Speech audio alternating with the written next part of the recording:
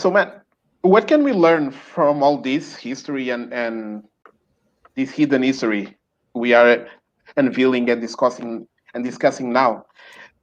Uh, uh, What can we use to this day and to the times we are living now and these struggles and tensions and everything we hear and we see and we feel these days? Yeah. You have to understand that the reason why they teach Africans and Black Americans, who I believe are Africans too, a message of white man did us wrong, is to keep us in a state of victimhood, to make us feel powerless. Now, if they told us the true history of the Americas, and they told us the true history about all the empires that existed in Africa, you would subconsciously feel empowered. But instead, the Black American and many Africans feel disempowered. They feel as though they never had power, especially when you're Black American. You're taught that your history starts at slavery. That's what you're taught. So if you have a child who believes his history starts at slavery, subconsciously he thinks, I'm a slave. So he never really strives for more. Knowledge is power. All of our ancestors have said that. Knowledge is power. Knowledge is power because knowledge leads to technology, and technology leads to evolution. We need to take our knowledge and we need to learn true and exact history that doesn't include white people. If you're reading history and include white people, you're not reading Black history, you're reading white history. Black American history is white history because everything that we teach has to do with the white man. For example, Martin Luther King Jr., right? You heard of him, right? Okay. He's painted as a hero. He's painted as a hero, right? And he was not.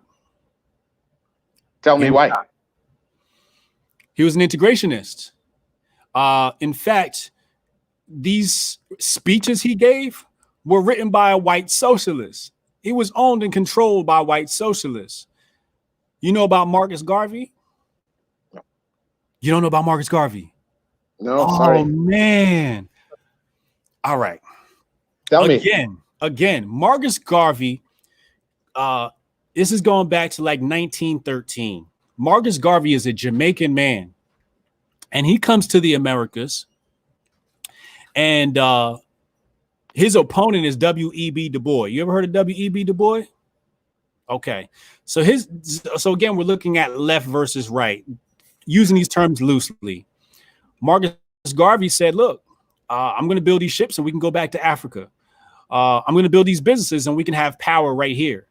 So while Black people in America were complaining about the KKK, Marcus Garvey had a meeting with the KKK and negotiated a settlement and said, hey, y'all got a problem with Black people. What's your problem? They told him, look, we don't want to be with y'all. He said, cool. What land y'all want? All right, cool. You stay there and we stay here. And it was negotiated and the KKK agreed. And Black people had their side of the land and the white people had their side of the land. This is somebody who was a brave man. He didn't look at himself as a victim. Mm-hmm. You got to understand Marcus Garvey to understand the erasure of Black history. How is it that we get a holiday for MLK, but we don't get a holiday for Marcus Garvey? How is it we have this Jamaican man who comes to America and succeeds and builds businesses, but nobody knows about him, right? But Black Americans know all about W.E.B. Du Bois. So Marcus Garvey comes over to the Americas and Black leftists get him locked up and extradited, kicked out the country. Black Americans did this because he wasn't teaching integration. He was teaching Black empowerment. Look, white man gonna do what white man do. Let's focus on building our business. I'm going to train you. We're going to teach you math. We're going to teach you science. We're going to give you a trade. You're going to learn engineering. You're going to learn how to, fix cars, so on and so forth. Build engines. All these things is what he's teaching, right? They didn't want that. They wanted integration. So they had to get him out of here. But you won't hear about Marcus Garvey. Marcus Garvey's history is rich. So you heard of the NAACP, right? Okay. Marcus Garvey writes in one of his speeches and writings. It's called Marcus Garvey Speeches and Writings. It's a book of most of his work. And in there, he says he walks into the NAACP chapter, and when he walks in, he had a hard time believing it was for black people because everybody there was either white or near white. There's nobody with brown skin in that building. Again, this is an organization owned and controlled by Europeans. You can type this in. Who started the NAACP? It wasn't black people. You're aware of that, right? Yeah. So how is it you know all about the NAACP, but you don't know about the UNIA? You ever seen the black, red, and green flag? No. So you know about the United States flag, but you didn't know that Marcus Garvey gave black Americans our own flag, and it was black, green, and red, and it's called the UNIA, the United Negro. I forget what the I stands for, association. This is going back into my old studies, but the UNIA, go look it up. And he organized the UNIA, and he gave us our own flag. And there's a lot of black Americans who fly this flag today. You go look at a brother by the name of Wordsmith who performed down in WORDSMIFF, and he performed down in South Africa recently. He flies the UNIA flag. So how is it the UNIA is not known, but we know about the NAACP? Again, this is part of our hidden history. So, you ask me, what can we do? First and foremost, we have to teach our children right and exact history. I don't want to say second, because this stuff has the same level of importance. We have to become masters of science and math. Reading is important too, but you got to learn to read anyway, right? So there's no reason to try and say reading is super important. Reading is not as important as understanding math and science. Math and science and technology and engineering, we call it STEAM. Science, technology, engineering, art, and math. There's no reading in there, but you got to learn to read to understand these things anyway, which is why we don't purport reading. Africa has to understand that Africa is going to become the new America. I'm going to say that again. Africa has to understand that Africa is going to become the new America.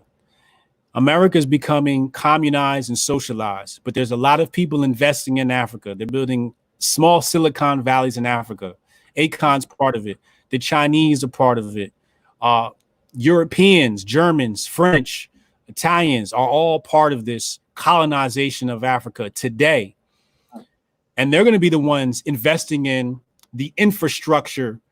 You see the Chinese will build roads, right? And the roads will come in exchange for, if you find water underneath the ground, we own that. Yeah. Don't allow these people to build infrastructure. Do not allow any non-African to build infrastructure unless you negotiate that the ownership is for Africans. We're not giving up our natural resources for roads. That's happening. Water is more. What's that? That's happening as we speak, even in Mozambique. Yeah. Yes, we are exchanging temporary goods for resources such as water, gold, minerals, you name it, when these things have way more power, way more value than some road that's going to break down in a few years anyway. It might break down in a year. They don't even build the roads properly, right? Yeah. They're going to build hospitals. We have an interesting question here. So Bruna was asking about the African American term, that word we often hear about. Do Americans do black people in America actually see themselves as half black and half American, and they like the Afro-American, or black is more used among black people? In your black is more used than anything else. Now, subconsciously, we know we're African. Some of us, again, being Europeanized, don't want nothing to do with Africa, right? But you got to understand that that's not all of us. That's just some of us. Now, African American, the term African